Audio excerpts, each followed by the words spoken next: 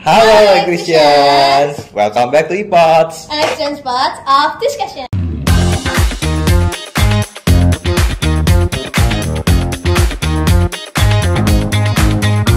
Pada ePods kali ini kita akan bawa segmen talkatif. Nah, apa sih talkatif itu?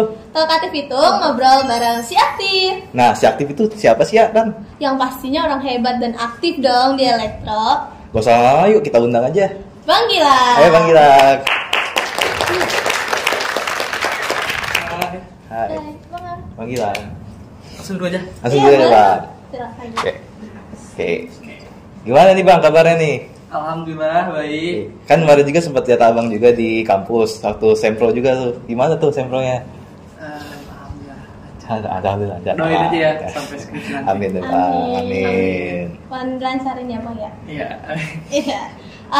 Fun fact-nya juga Bang Gilang ini merupakan kahim elektro periode 2001-2022 ya Bang ya. Iya. Gimana sih Bang perjalanannya selama menjadi kahim elektro itu? Perjalanannya gimana ya? Kurang lebih asik sih. Saya gimana ya? Mengesankan lah. Intinya karena teman-teman angkatan saya, karena saya dibantu sama mereka orang, terus juga sama angkatan atas saya, sama angkatan bawah saya. Jadinya cukup mengesankan lah periode saya. Indah untuk dikenang tapi tidak untuk diulang. Waduh. Oh my god! Wow! Waduh. Aduh. Oke. Keren banget tuh. Keren banget itu. Nah, apa sih yang bikin motivasi Abang waktu jadi kahim itu? Kayak pengen tuh jadi kahim gitu. Apa ya? Karena waktu itu ya sedikit cerita aja ya. Karena ada circle kecil saya lah ya yang mendukung saya, maksudnya udah potensi nih buat jadi ketua himpunan, coba diambil aja gitu. Kalaupun nanti dikasih amanah, dikasih tanggung jawab, ya udah jalani sesuai tanggung jawabnya secara baik kayak gitu. Tapi alhamdulillahnya ini dapat amanah. Iya. Kayak gitu. Selama menjadi kahim Bang, apa sih kesulitannya dan bagaimana Abang untuk mencari jalan keluar dari kesulitan itu? Gini sih ya, sulitnya ketua himpunan di elektro ya, dia itu harus ngerangkap jadi ketua angkatan juga ya, kayak gitu-gitu ya. Jadi kadang ketika ada beberapa masalah di kepengurusan dan juga ada beberapa masalah di angkatan gitu ya kan, nah ketua himpunan sebisa mungkin ya harus efektif buat ngasih problem solvingnya gitu. Nah biasanya saya ngebagi juga sama wakil saya waktu itu, ada Bang Hasbi namanya. Bang Hasbi ya, Bang Hasbi. Salam lu buat Bang Hasbi kalau nonton di rumah nih. Halo Bang Asbi. Oke. Nih, kan Abang juga aktif juga di HME jadi ketua himpunan nih. Apa ada gak sih di luar dari kampus ini ada ikut organisasi lagi gak sih? Kalau dulu ya pas lagi ngejabat jadi ketua himpunan, saya cuma fokus jadi ketua himpunan aja sih gitu. Tapi pas jadi ketua himpunan saya ikut beberapa organisasi. Oh gitu. Selama Abang menjadi kahim nih Bang, pasti kan bakal nyesuaiin waktu kayak untuk akademik, terus kayak di luar akademik dan HME ini. Kayak Abang gimana sih menyesuaikan waktunya gitu? Gini sih, nyesuaiin waktu ya. Kadang gini, ada beberapa. Saya ingat banget waktu itu saya lagi proker ya, AIFA contohnya. Lagi berlangsung, terus juga saya lagi bengkel kebetulan. Bengkel tahu sendiri ya kalau ditahu gimana kalau bengkel ya. Kalau nggak bisa izin ya. Nah itu gimana caranya sih kita handling itu gitu.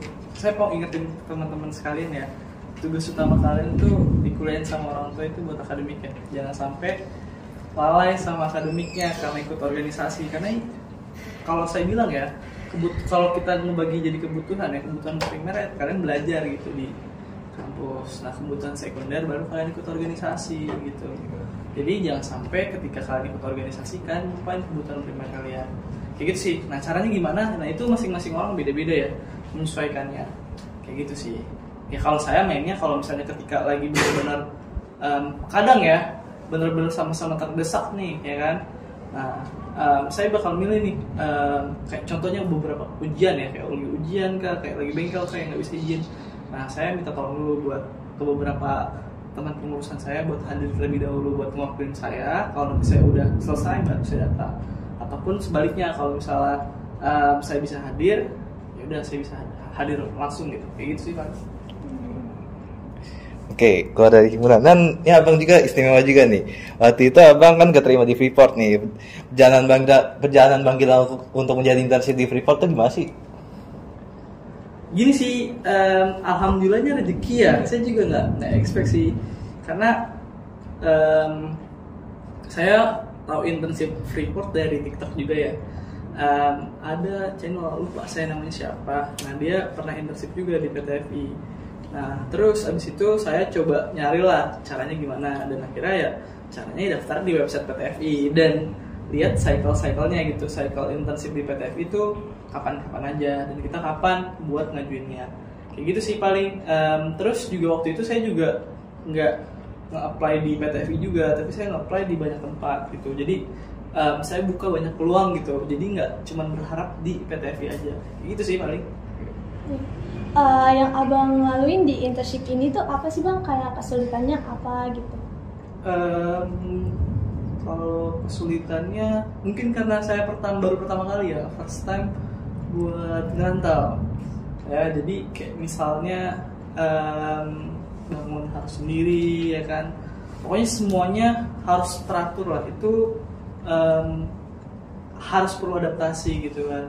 Kayak misalnya di sana harus bangun pagi ya kan, tidur juga harus jam 8 malam harus sudah tidur karena harus cukup juga waktu istirahat, karena kan di sana juga cuacanya cukup ekstrim. Kalau misalnya kalau kita kurang istirahat di situ ya, itu bisa gimana gitu terhadap kondisi tubuh kita, entah kita jadi kurang fit kah atau bagaimananya. Nah paling itu sih yang jadi hambatan awal. Terus juga perbedaan zona waktu ya, nah itu kan kadang kita suka kangen sama orang tua ya. Nah itu ya, jadi kita mau video call sama orang tua gitu ya kan.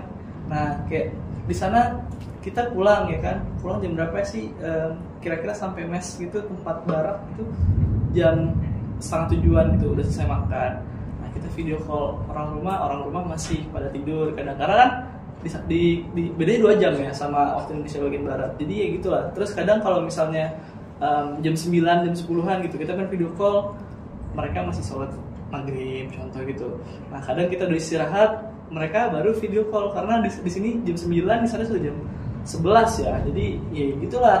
Terus kalau misalnya pagi nih kita mau ngabarin berangkat ya kan, kita berangkat bangun pagi sekitar jam 4-an ya buat siap-siap segala macamnya, kita ngabarin kayak berangkat dulu ya, mereka masih pada tidur ya, kayak gitu lah hambatan awal gitu. Nah kan ini perjalanan apa sih dari himpunan tuh yang bisa dilakuin, yang di magang itu dari himpunan apa sih yang bisa kita dapatkan? Gini sih, belajar tanggung jawab ya intinya ya. Ketika dimanapun itu ya, sebenarnya himpunan tuh ketika kalian jadi pengurusan, yaitu kalian bagaimana caranya bertanggung jawab atas beberapa tanggung jawab yang diberikan gitu. Nah itu yang modal pentingnya gitu ketika kalian masuk suatu perusahaan, baik internship ataupun kerjaan ya. Kayak gimana caranya kalian loyalitas, bertanggung jawab. Yang paling penting ya mungkin di kepengurusan juga diajarin juga tentang attitude segala macamnya. Nah itu kalian bisa terapin juga gitu di dunia kerja, di dunia internship. Kayak gitu sih paling kalau dari saya. Selama abang melalui semua itu, yang kayak himpunan dan internship itu, abang pernah mikir gak sih kayak pengen nyerah gitu? Dan kalau misal ngerasa nih, pengen nyerah gitu, gimana sih kayak ngembangin lagi semangatnya gitu biar aku bisa gitu? Ini relate sih. Jadi kan saya ini ya lagi tingkat akhir di semester akhir nih, sekarang semester 8, dan kadang tuh ada beberapa ketakutan gitu. Pasti teman-teman tingkat akhir ngerasain lah gimana ketakutan itu, kayak aduh bisa nggak ya ngelaluin ini gitu ya kan. Atau nggak di dulu ketika saya jadi ketua himpunan kak, ketika saya internship kak, saya selalu berprinsip sih kayak aku yang dulu tuh bisa ngelaluin beberapa masalah kayak gini aja nggak bisa sih. Kadang gitu sih, lebih ke refleksi diri kita di masa lampau gitu, kayak dulu aku pernah ngalamin masalah yang lebih berat dibandingkan masalah ini, tapi kenapa harus nyerah gitu ya kan. Ya udah gitu, pasti ya kan kita tahu ya di dalam suatu Alin Shiro ya setiap ada kesulitan pasti ada kemudahan.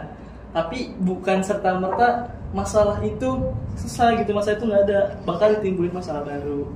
Tapi Allah janji kan, maksudnya sudah kesulitan kayak gitu sih kali. Untuk semua nih yang udah abang laluin itu hebat banget. Dan gimana sih bang tips-tips buat yang dari kita sendiri atau yang lainnya juga yang nonton gitu, tips buat kayak abang gimana sih? Gini ya, saya mau kasih tips and trick. Jangan jadi kayak saya. Jangan maksudnya gini, jangan coba untuk meniru orang lain gitu. Jadilah diri sendiri, karena kita tuh punya kecepatan masing-masing ya. Belum tentu kayak aku itu hebat gitu kan, mereka juga hebat. Kayak kita punya segmentasi kehebatan masing-masing lah, kayak gitulah, dan punya kecepatan masing-masing. Jadi terus berprogres aja, berproses jadi lebih baik dari yang kemarin ya, di esok harinya ya. Dan jangan bandingkan diri kita sama orang lain, tapi bandingin diri kita sama diri kita sendiri. Karena kalau misalnya kita bandingin sama diri kita dengan orang lain, ada habisnya nggak sih hidup kali gitu. Paling gitu sih. Aduh, keren banget nih. Oh iya bang, ada tambahan. Ini kan abang lolos internship di PT Freeport Indonesia. Pastinya penonton-penonton tuh pada pengen tahu tuh gimana cara masuknya. Pengen tahu gimana sih cara lolos magang di PT Freeport. Alhamdulillah ya, ini alhamdulillah banget. Kalau caranya, cuman tinggal buka website PT Freeport Indonesia. Nah itu kan ada menu bagian karir. Nah di situ ada bagian lagi namanya magang kalau nggak salah. Nanti kalian cek aja di rumah. Nah terus abis itu kalau lagi cycle-nya ya, jadi satu tahun itu dia kalau nggak salah ada 2 cycle, ada dua fase gitu. Jadi fase pertama sama fase kedua. Nah kalau nggak salah saya tuh kemarin di fase kedua di tahun itu ya. Ya udah nanti kalian isi aja tuh beberapa persyaratannya, kayak misalnya persyaratannya apa, kayak ngelampirin CV kah, ngelampirin proposal kah, dan lain-lain lah. Saya kurang hafal ya ngelampirin apanya aja, tapi intinya kalian isi, dan kalau emang rezekinya ya pasti insya Allah dapat sih. Tapi saya ini juga sih, kemarin kan ini yang ngerekrut saya user saya ya, saya sempat beberapa kali nanya kenapa sih saya dilolosin gitu, padahal ada beberapa orang-orang keren lah di luar sana gitu, dari alma mater yang lebih bagus, lebih baik. Kata mereka, kata mentor saya, karena kamu punya pengalaman yang cukup bagus gitu, pernah jadi himpunan dan segala macamnya. Nah itu jadi apa ya, menurut saya alhamdulillah ya, ternyata experience saya jadi ketua himpunan juga berguna juga ketika saya mencari magang. Tapi baik lagi ya, nggak serta merta ketua himpunan juga bisa buat kalian sukses, enggak, tapi itu tergantung dari diri kalian masing-masing sih. Paling itu sih kalau dari saya. Nah dari pengalaman abang nih tuh keren banget, udah jadi kahim, menjadi mahasiswa yang aktif juga, berorganisasi, bisa mengkoordinir juga kegiatan-kegiatan sehari-harinya, terus bisa jadi internship dari Freeport. Itu keren banget bang. Dicukupkan sampai di sini. Terima kasih juga buat Bang Gilang udah sampai di sini, dan juga terima kasih buat waktunya udah bisa nyempetin hadir di IPOS kali ini. Dan jangan lupa untuk penonton, jangan lupa like, comment, and share IPOS kali ini ya. Tungguin, stay tune untuk episode selanjutnya. Bye bye. Thank you Bang Gilang. Thank you Bang.